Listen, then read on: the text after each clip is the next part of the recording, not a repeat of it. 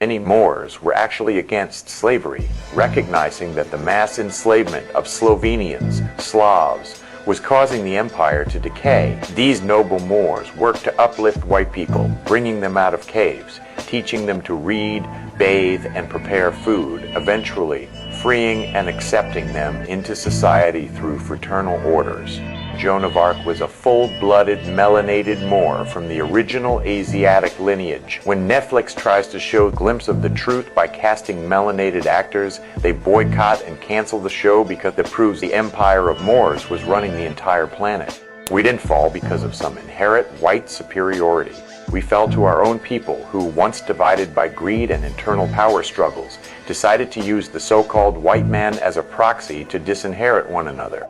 Bleaching out was accelerated because many Moors had an appetite for white slave women and concubines, taking them into harems to create human bouquet or variants within the gene pool. These lighter-skinned children, the amalgamated or Franciscan Moors, were often raised under the heavy influence of their slave mothers. These mothers would teach their children to identify with their own Roman or European heritage rather than their father's Moorish nobility, leading these children to fight against the very idea of being Moors. Eventually, these amalgamated heirs worked from the inside to supplant the original order, trading their true birthright for the status of white or Spaniard, while systematically hiding the true history and making the original Moors appear as ghosts. The fall of Granada in 1492 was the death knell that allowed the Jesuits and the Vatican to follow our Moorish bloodlines and systematically bleach them out through parochialism and forced education to ensure we would never be the true divine inheritors again. They used systemic iconoclasm and art restoration during the Renaissance to repaint our noble ancestors, romanticizing them into white decoys to keep you disinherited from your allodial title and global inheritance, making the masters look like the slaves while they moved into our structures. A stratigraphic lie designed to flip world history to hide the fact that we were the ones with the heavy technology, anti-gravitational devices, spiritual somatics, and advanced tech our people used to grow buildings out of the ground. No weaponry shall prosper or penetrate what I accomplish. Peace to the conscious, my true and living sponsors. We block stompers, top shotters, fucking mobsters. Keep thinking that it's just frankincense and nine choppers. All right, Shalom. I want to give all the praise, honor, and glory to Yahweh Bahasham, Yahweh Shai Bahasham Rakakwadash. Double honors to the apostles and elders, the great millstone who taught me this truth, and Shalom to the hopeful elect. This video will be part 2 of the Wildman E and the truth about the Moors of Europe. Okay, and as mentioned, this is a very informative video, and I just wanted to add on to the spirit, man. All right, a lot of heavy information is presented in this video, okay? This is 2nd Ezra chapter 6 and verse 27, and it reads, it says, "For evil shall be put out, and deceit shall be quenched. As for faith, it shall flourish. Corruption shall be overcome, and the truth, which have been so long without fruit, shall be declared." Let's get into it.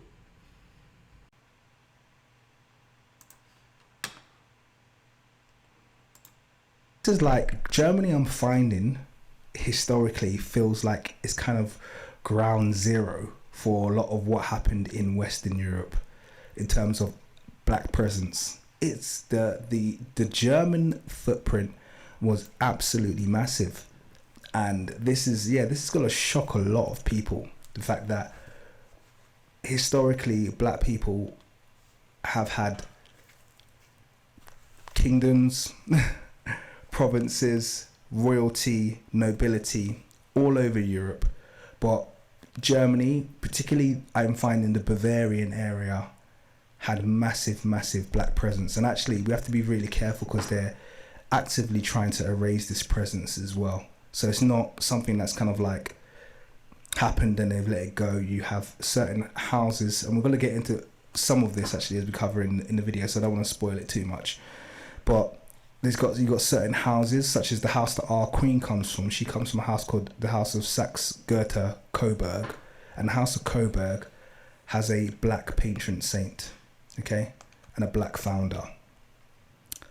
You know, so the it's mind blowing, to be honest with you. It's mind blowing. When I first got into this subject, it was just a few things, and I wish I could take you through that story, but there isn't the time today. But there's so much. And Sir Percher has just said, Benjamin Franklin has this quote where he called the Germans swarthy. It makes no sense in the context they claim it to be right now. And you know what, that's an excellent place to start. So let's do that, because I actually wanted to cover that Benjamin Franklin quote, because I thought this would be a nice little landing place. Because what we're going to try and do is just build a bit of a picture, give people a little bit of, you know, data on the subject, kind of see the things that was said historically, and then we'll just ease our way in, and yeah, we'll get there eventually. So actually, before we go into that quote, the one thing I did want to do is actually put up the picture, this picture that I used for the thumbnail, and I see a lot of people recognize this picture. It's called Wildman and the Moors. So I'm going to put it full screen, okay? And actually, this is only about a quarter of the tapestry. This tapestry is very long, so I'll show you the full long one today. Well, this is called the Wildmen and the Moors. So this tapestry was formed in around 1440. So I want you to be mindful of that date. Think about what was happening in Europe in 1440. Okay, if we go to the south of Europe, we have the final pushes to basically exterminate and eradicate the Moors. Okay, so in Spain and Portugal, we have the fall of the Andalusian Empire, which is happening, and that's obviously the Moors, who were the black Europeans falling in that area. This is pre any kind of African slave trade, but this is coming to, I would say, the middle ground of the European slave trade, where the Muslims and the Moors would take European slaves often. You know, that's where we get the word Slav from, obviously. So that would have been kind of like in full kilt at this stage in history. And if we have a look at this image, let's really have a look at what we're seeing. Okay, so to the left we have these people called the Wildmen. Okay, so the tapestry, I think that this is just basically an attempt to show you kind of like what their body hair looks like. So these are very kind of like hairy men, but you can see phenotypically these are essentially Western/Northern Europeans, or modern Western/Northern Europeans. Okay, these are, you know, light-skinned, very fair-haired people. Okay, and they've got what looks like claws, but it's obviously would have just been kind of unkept nails. These are people clearly who live outdoors. These are people who clearly live outdoors. Again, this is the Wildman, as we brought out. Okay, we read that in the let me pull it up in the Grunkopedia, all right, which was fact checked 3 months ago. All right, as we brought out here, typically depicted as hairy, primitive, and often naked humanoid inhabiting remote forests or mountains. All right, as we brought out, Esau is a man of the field. All right, Genesis 25 and verse 27, it says, and the boys grew. This is dealing with Esau and Jacob. Genesis 25 and 27, and the boys grew, and Esau was a cunning hunter, a man of the field, and Jacob was a plain man dwelling in tents. Okay, this is them. And then we have a Moorish castle here, and the people who inhabit this Moorish castle, as you can see, alternating black and brown, brown, black, brown. Where have we seen that habit before? Does anyone know where we've seen that trend before of alternating black and brown? So you can say alternating shades of black and brown, not painted just in black. Okay, so just bear that in mind, because a lot of people think that black people always depict themselves in jet black, and that's really not the case. Yeah, because Jake, you know, he comes in different shades of brown, from the darkest complexion to the lightest complexion, you know. Various shades of brown, dark brown. Tend to be more artistically aware than that, because most of us have brown skin. So you can see this kind of alternating black and brown. And you can see this is clearly a king and this is clearly a queen. They wear crowns, okay? Crowns that we associate with modern European crowns. And actually, I think it was Trill Black. There's a content creator called Trill Black who did a post recently that shows the decapitated head of 4 Moorish kings, which is, you know, it's quite disturbing, but it kind of shows what was happening in and around this time. So you can see this castle. Okay, this is a castle. You can see the 4 towers there. You can see that this castle, and you can see this tower here, is coming under siege by these wild men. Okay, and the Moors, these black Europeans, are defending it. Now, one of the things that I want you to bear in mind here is that we're told that Moor equals Muslim, aren't we? We're told that Moor equals Muslim. Moor is synonymous with Muslim.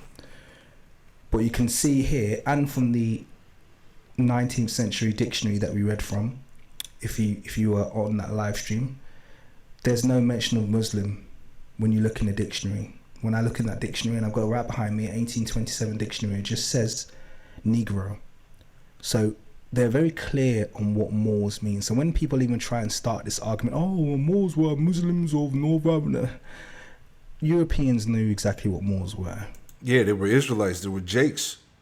All right. They were Judites. Okay. And I just want to add on to what he's saying. You know, a lot of brothers have this book. This is Nature Knows No Color Line by J.A. Rogers. All right. So I just want to, you know, add on to what he's saying. And I have it pulled up in the PDF. And they make it real hard to pull this up in the PDF file. All right. But I got it here. I just want to make a point, and I actually have the book in my hand as well as we speak. But this is on page 69, all right, out of Nature Knows No Color Line, all right?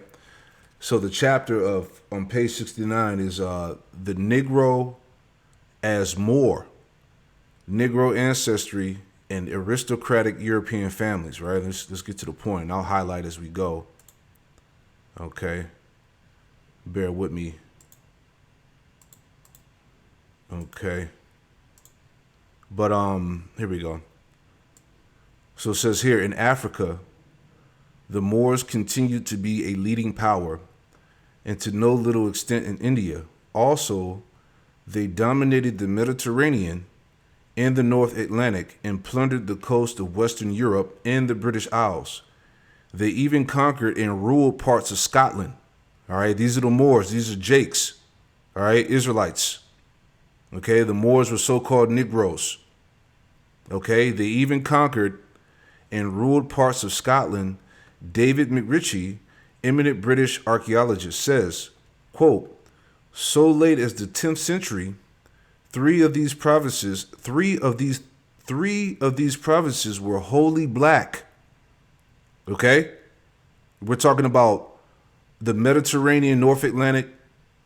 Okay, Western Europe, the British Isles, Spain, Germany, all right, Russia. Jake was ruling that during the Dark Ages, man.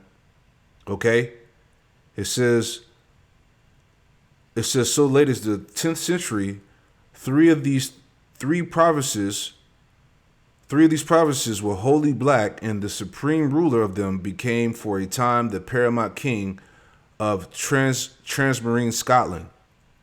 Reading on, it says, we see, quote, we see one of the black people, the Moors, of the person of a king of Alban of the 10th century. History knows him as Kenneth, sometimes dubbed as Niger, right? Let's go on, right? Let's go down to, this is 69, 70, 71. Let me go down a little bit. Where it says Septimius Severus, right? Okay, just proving that the Moors were Negroes, right? Were Jakes, they were Israelites, man. Okay, so here, I want to read down to here. Let me highlight it, bear with me. Right, so we're going to read all of this. Okay. Yeah, so we'll read all of that, and then we'll go back to the video. Right, just to add on. So it says Septimius Severus, one of the leading conquerors of Britain, was an African, an Israelite. How much, if any, Negro strain he had, we do not know. In 668, Pope Vitalian appointed a Negro, Hadrian, Archbishop of Canterbury, but he declined presumably because of age. Theodore, an Oriental, was named in his place, and Hadrian went as his mentor. Ireland had a Negro bishop, right? Ireland had a Negro bishop, Saint Damon the Black, all right, Saint Damon the Black, who died in Ulster in 658. Sir Walter Scott has six Negro trumpeters in old mortality and white dresses, richly laced and having massive silver collars and armlets. In one of his introductions in Ivanhoe, he replied to his critics by confirming that there were Negroes in Britain in the Middle Ages, right? In the Dark Ages, okay? Quote, more, the race as it occurs in European heraldry always means Negro. Moor's head, says Berry, quote, is the heraldic term for the head of a black or Negro man. Quote, Abbott says, Moor's head, the head of a Negro. Edmund says similarly. In this definition is etymologically correct. The Greeks, as was said, used Moros to mean black or dark, and the Romans used it for Negroes. Woolly hair, like a Moor's, is martial. To Claudian Moors, Ethiopians, and Negrithians, that is Negroes, were one and the same. He speaks of the Moors who dwell beside the waters of Gir, most famous of the rivers of Ethiopia that overflows its banks as if it had been another Nile. The Gir referred to here is the Nigir or the Nigger or the Niger. Sir William Smith says the Moors were known in the Alexandrian dialect as blacks, and that, quote, the Moors must not be considered a different race from the Numidians. Atticus says that to the Greeks, Romans, and Gauls, the Moors were known as, quote, the black people. He adds the word Mauritania, inhabited by black populations, was later called Negritia or Negroland. Moor, therefore, was the equivalent of Negro, okay? Moor, therefore, was the equivalent of Negro.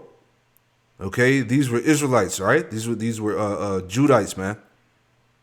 Okay? The word Moor or Moor signifies a primitive black population.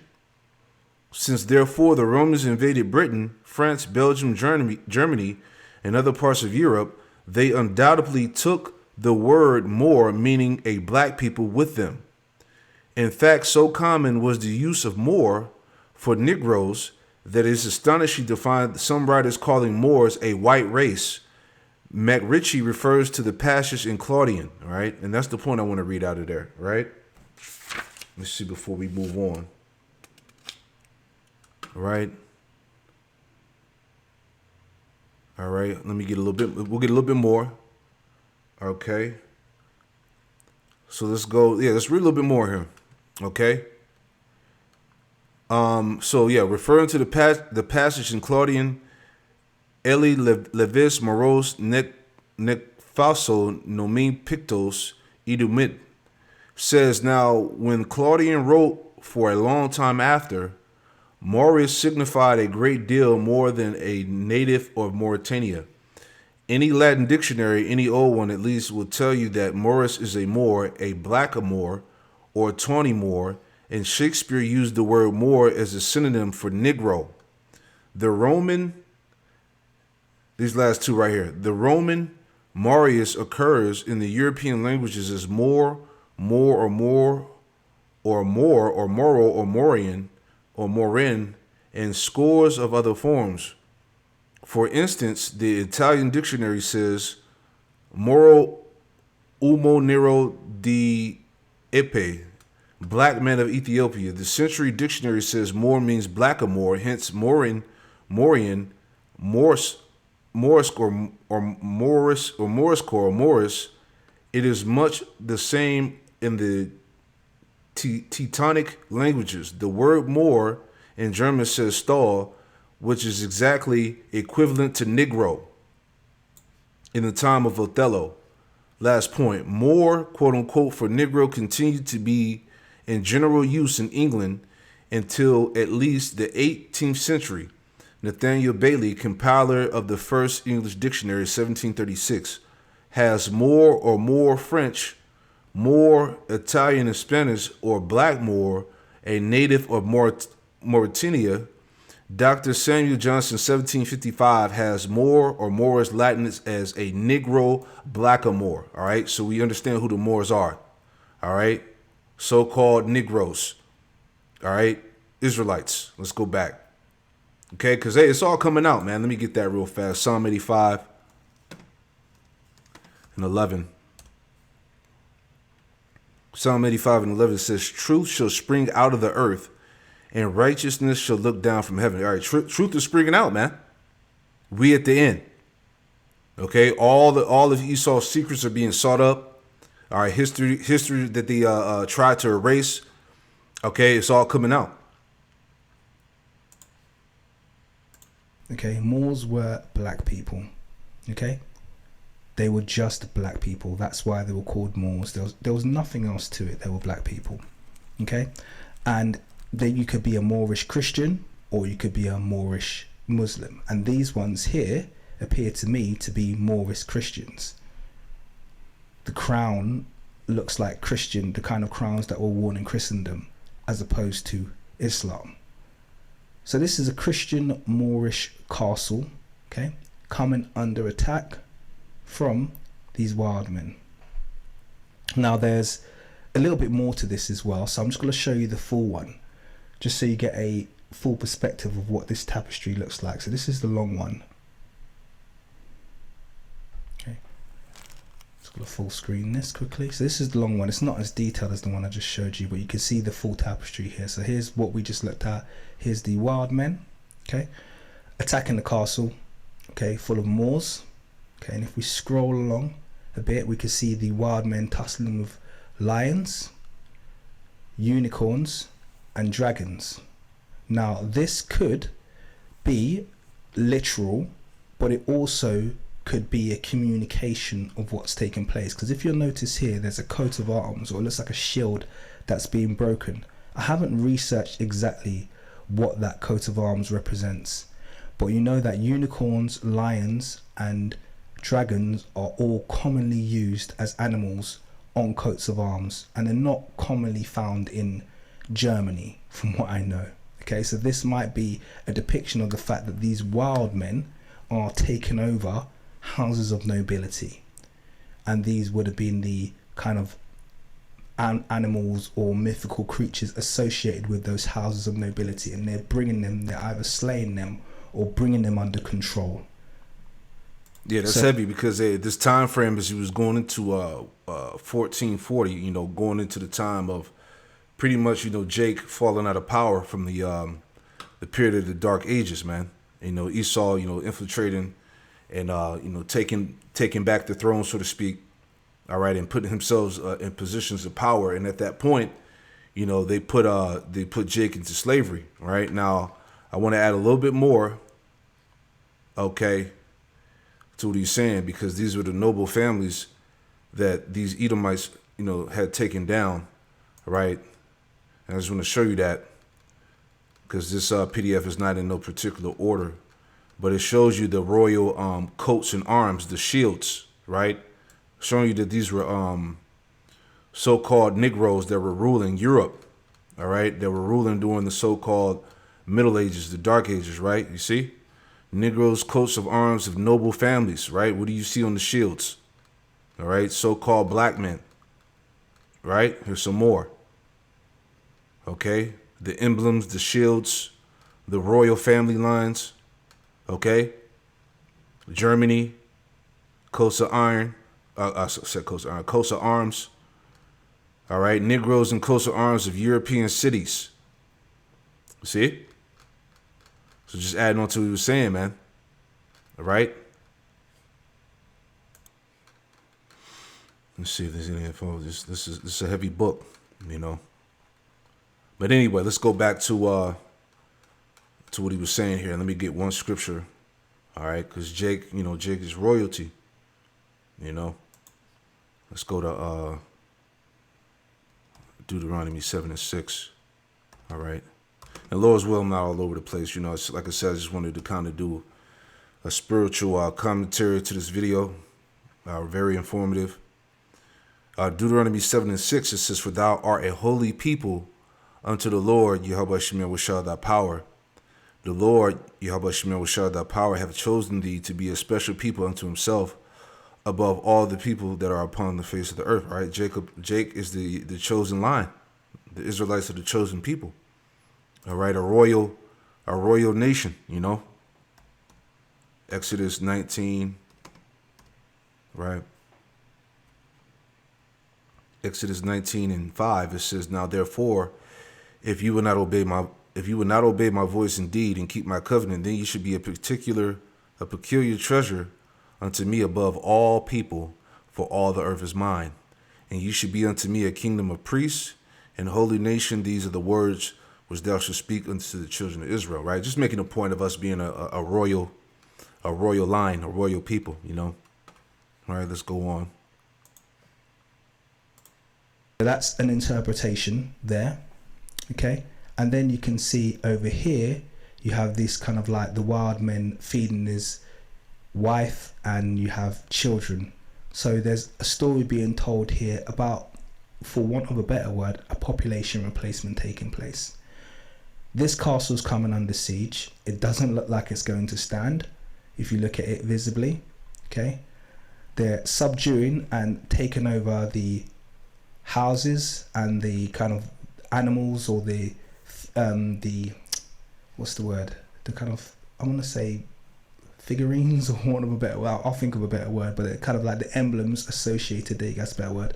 The emblems associated with these royal houses are being brought under control, tamed or slayed, okay? And then they're reproducing their own, okay? And you can see that symbol there that's on this broken shield is replicated over here as well. So maybe that's another sign of them kind of like taking over those various houses. So as opposed to eradicating them, they're going to replace these houses. And this seems to be what the pattern was. Can I just give a quick shout out to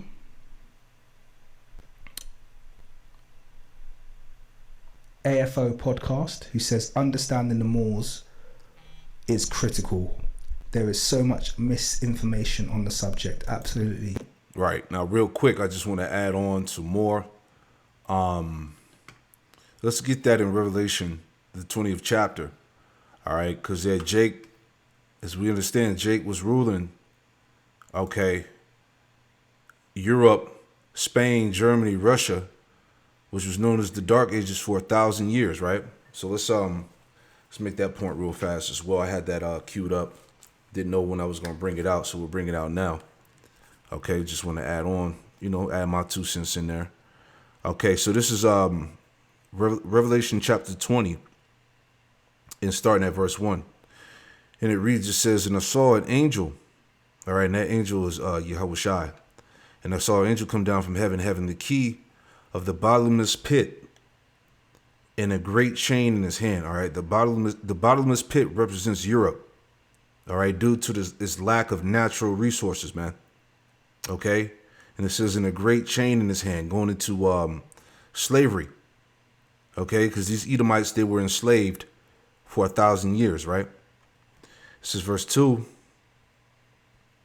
"And he laid hold on the dragon, that old serpent, which is the devil and Satan, and bound him for 1,000 years." All right. So when the ancient Roman Empire fell, because you had two Roman empires, right? You had the Western pagan Roman Empire, and you had the Eastern Roman Empire, which was also known as the Holy Roman Empire or the Byzantine Empire.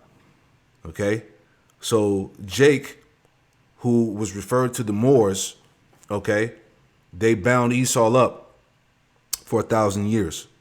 Okay, it says, and in that period of time was known as the Dark Ages. All right, as we're learning about here, right? Verse 3, it says, and cast him into the bottomless pit, and shut him up, and set up a seal upon him, that he should deceive the nations no more, till the 1,000 years should be fulfilled, and after that he must be loose for a little season. All right, so we had Esau in captivity for 1,000 years until that time was up, and he was loose for a little season, going into the time of the Renaissance period, man, when Esau got back in power, like around the 1300s, 1400s, as we're reading it in the as we're watching it, that the what's it called, the tapestry, the time of, was it 1440, it said, right? But real quick before I read on, I want to add on to what I said about the two Roman empires. All right, you had the Western pagan Roman Empire, you had the Eastern Roman Empire, known as the Holy Roman Empire, right? I just want to go to that real fast. Okay, this is from GreekReporter.com. It says, while the Roman Empire split into East and West, and what made them different. All right, just want to kind of read to that point before we go on. It says the vast Roman Empire did not remain whole forever. Excuse me, did not remain whole forever, but by the late 3rd century AD, it has split into two separate parts: the Western Roman Empire and the Eastern Roman Empire. This division shaped the future of Europe and the Mediterranean for centuries. The empire once ruled a vast territory stretching across Europe, North Africa, and the Middle East. At its height, it united diverse peoples under one system of government, law, and culture, right? Let me jump down. All right. It says, bear with me, it's at the bottom here. Okay, it says, the Western Empire retained Rome as its symbolic capital, though the court often moved to cities like Ravenna. It faced growing pressures as Germanic tribes such as the Visigoths, Vandals, and Ostrogoths invaded and settled on Roman lands. All right, these were Jakes. Okay, economic troubles worsened as agriculture declined, trade routes shrank, and cities depopulated. The Eastern Empire, centered around Constantinople, formerly Byzantium, fared better. Constantinople's location provided a strong defensive position and control over trade routes between Europe and Asia. The Eastern Empire maintained a stable bureaucracy and strong military, repelling invasions from Persians, Huns, and later Arabs. You see? Let me go down. Okay.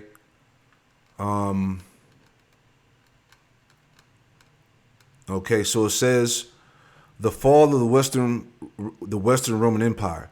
The Western Empire struggled throughout the 5th century. Germanic tribes sacked Rome several times, the most notably in 410 AD by the Visigoths. And I believe these are Jakes, right? Despite efforts to defend its borders, the Western Empire weakened steadily. By 476 AD, the last Western Emperor, Romulus Augustulus, was deposed by the Germanic chieftain Odoacer. This event marks the traditional date for the fall of the Western Roman Empire. After the fall, Western Europe fragmented into numerous kingdoms ruled by Germanic peoples. All right, these were Jakes, these were Israelites. Roman institutions and urban life declined, and the region entered what historians often refer to as the Dark Ages, you see? However, the legacy of Rome lived on in law, language, and in the Christian church, you see? So this adds to what we're saying, all right? In the Dark Ages, you had dark, melanated people ruling Europe, Russia, Germany, Spain, okay? And that's the point I wanted to read there. So let's, so we're about 30 minutes in. Yeah, so we'll just stop right here and we'll come back on the third part. All right, so I pray this is edifying. Shalom.